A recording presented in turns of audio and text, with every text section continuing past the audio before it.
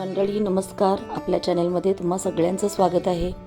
आज आहे अमावास्या, शिवाय शनिवार आहे आणि आज मी हळदीचं लेपन केलेलं आहे, रांगोळी काढलेली आहे, दिवे लावलेले आहेत, हळदी कुंकू वाहिलेलं आहे, फुलं वाहिलेले आहेत आणि भीमसेन कापूरमध्ये लवंगा घालून ओवाळलेलं आहे. तर हे आपण अमावास्याला शनिवारी, प्रत्येक शनिवारी अमावास्याला करत जा. कारण याच्यामध्ये तुमच्याकडे जर कोणी करणीची बाधा केली असेल किंवा घरामध्ये सुख शांतता नसेल, घरामध्ये पैसा अडकायत नसेल, तर यासाठी खूप फार उपयोगी आहे.